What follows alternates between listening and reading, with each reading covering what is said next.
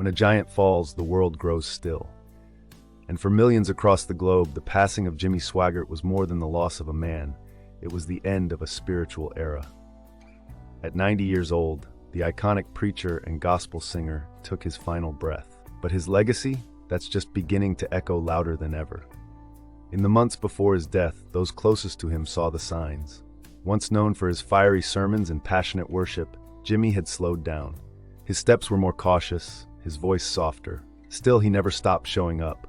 He kept preaching, kept singing, kept serving with the same deep conviction. His wife, Frances, grew more protective. Donnie, his son, visited more frequently.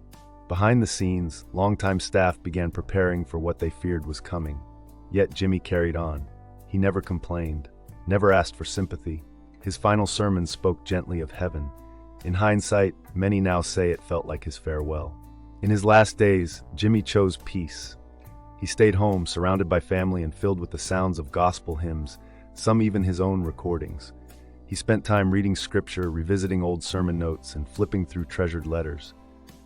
On the morning of his passing, bathed in soft sunlight, he asked for his Bible one last time. Holding it close, he whispered a quiet prayer, and just like that, he was gone. No pain, no fear, just a peaceful release into eternity. The announcement from Family Worship Center was brief. Today, we celebrate the homegoing of Reverend Jimmy Swaggart. But the reaction was immediate. The world took notice. Fans, fellow ministers, musicians, even critics flooded social media with memories, gratitude, and grief. People reposted his sermons, replayed his songs, and recalled how he changed their lives. Vigils appeared outside his Baton Rouge church. Some brought flowers. Others held on to worn Bibles or old cassette tapes. One woman clutched a tape from 1984 and whispered, "This man saved my family." Thousands attended his funeral. The sanctuary he had built was filled to capacity. His white casket rested beneath a golden cross.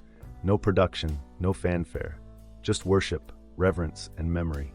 Donnie stepped up to speak, voice trembling. He was my father, my mentor, my hero. Other friends and ministers followed, sharing stories of perseverance, second chances, and a man who always pointed people to grace. But the most powerful words came from Frances. Standing beside her husband's casket, she said, "He wasn't perfect, but he loved God with everything he had."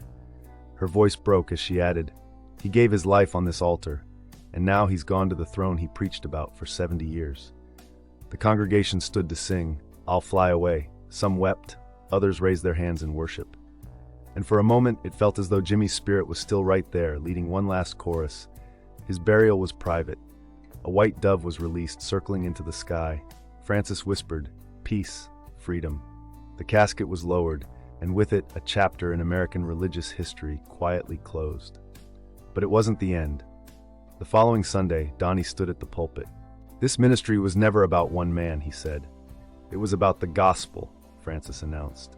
The Jimmy Swaggart Legacy Fund, aimed at spreading Bibles and gospel resources worldwide. Meanwhile, his sermons and music were digitized, his songs re-entered gospel charts, and a new generation discovered his voice online.